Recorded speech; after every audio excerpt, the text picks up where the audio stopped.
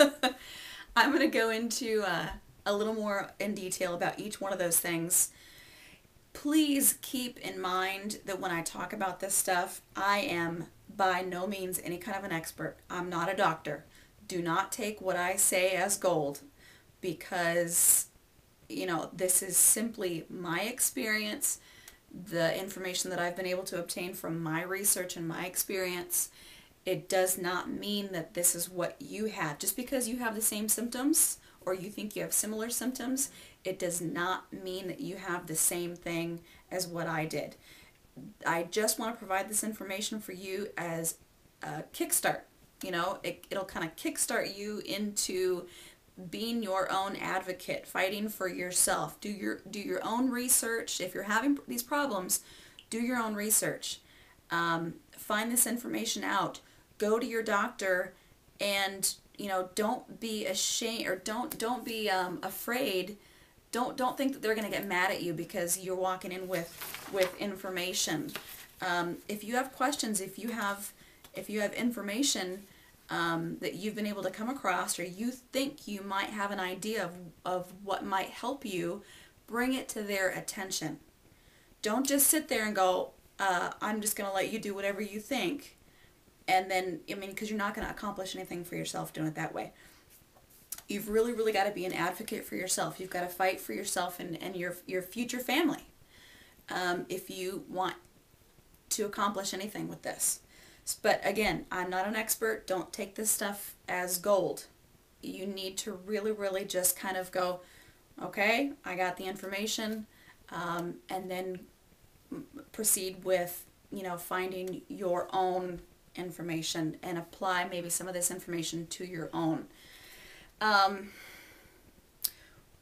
of the big things I wanted to mention was, well, I know I talked about the hormone levels, and that's a big thing that got me here, was finding out that I was having a problem with my hormone levels and progesterone. So I wanted to go into a little bit about talking about progesterone, what it is, what it does for your body, and what it can do for treating infertility. And forgive me, I do have notes. So if I look down quite a bit, that's what I'm actually doing. I want to make sure that I'm giving the right information as far as, again, stuff that I've come across. What the progesterone is, it is a natural hormone in your body. It is produced basically after ovulation. The progesterone is released. It allows the endometrium, or the lining of your uterus, to build up. So that way, if an egg is fertilized, you've got a nice thick lining for that egg to come down and implant itself. If no egg was fertilized, obviously what's going to happen is that progesterone level is going to fall off, and that's how your cycle, in a sense, happens. That's when you go ahead and you have your period and everything is passed, and you go on to the next month. But in a normal pregnancy situation, a fertilized egg travels down the fallopian tube into the uterus, and if the body is doing what it's supposed to do, the progesterone would have been at good enough levels to make that endometrium or lining thick enough so that egg can implant itself nice and deep, can get a good implantation and really get itself in there, because that's what needs to happen. In my case, and in a lot of people's cases who are having poor hormone levels, poor progesterone, the body is not producing enough progesterone to be able to make that endometrium or lining thick enough. So that egg comes down and it tries to implant itself into this lining, but the lining is not sufficient. The egg can't get in there. It just can't do what it needs to do. It can't hold on. It has nothing to hold on to. And so you have a cycle, and therefore you miscarry, which is exactly what I did. Like I mentioned in my previous video, I had 4 miscarriages. possibly more. I'm thinking I might have had some other early miscarriages, but so when I did bring this to the attention of my doctor, and they were able to give me the okay to go on progesterone therapy, they gave me the progesterone suppositories, which I had to use morning and night. It's a suppository that you actually put into your vaginal canal, and it's very, very icky because the suppository, I mean, obviously you put it in the morning and it warms up and then it kind of gets gooey, and so you got to wear a liner and stuff like that because it does come out throughout the day. Ugh. And then of course at night you put it in, and when you get up in the morning it all just, but the progesterone in that stuff, it does, excuse me again, my goodness, it does get into your body. It does tell your body, let's produce that lining, let's get that lining nice and thick. So this is actually it's a treatment that can be used. Again, you know, your doctor needs to be involved here and needs to make the decision whether this is the situation you're in or not. But it can be used for not only maintaining a pregnancy, but it can be used to help you get pregnant. It can be used as a therapy to help you get pregnant and stay pregnant.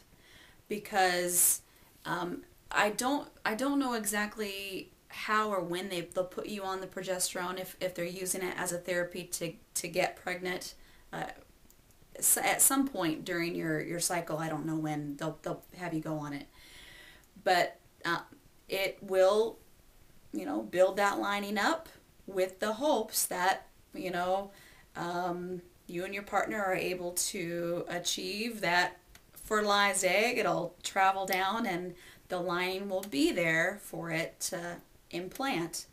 And then of course they may, just like they did with me, keep you on the progesterone therapy so that your body that lining won't fade away. They want to keep that lining nice and thick so the egg will stay there and develop and all that. Now once you're pretty much past your first trimester, the progesterone really is no longer produced by your body. The placenta pretty much takes over. So they really typically only have you on the progesterone for the first trimester. So at least that's what they did for me. So that's a little bit about that. If you have been told that you have any kind of luteal phase disorders or amenorrhea or anovulation, or there's another one, and I think it's pronounced oligomenorrhea or something like that, oligomenorrhea. If you've been told that you have any of those disorders,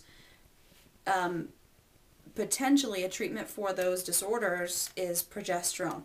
And I know progesterone does come in different forms. There's natural, synthetic, oral, there's the suppositories, there's injectables, and all that.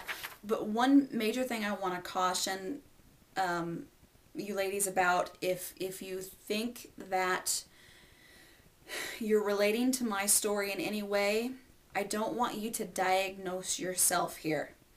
I don't want you to go, well, I've got a lot of those same symptoms. Let's try the progesterone. Let's see what happens. Because the scary thing is you can go on the internet and you can find all these progesterone creams and things like that. The problem with the stuff you can buy on the internet and progesterone creams and treating yourself for this, number one, you really don't know exactly what's going on. Just because you have these certain symptoms, that doesn't really mean anything. Your symptoms in your body could mean something totally different than what my symptoms in my body mean. So, but if you do go out and get a cream or something off the internet, you don't. Now I know that on the jar or whatever it may come in, it'll say ingredients. Just keep in mind that a lot of these companies, I don't want to call them liars, but I don't think that a lot of them are really regulated in the sense that they have to be completely thorough about the information that they provide you. I think people trust businesses, companies a little too much. They look at it and go, oh, well, this is what it says it has in it, so it must be true. It's not always right. It's not always true. So you may think you're using this cream and it says it's this type of progesterone and it's at this level when you use this much or whatever. You really don't know. You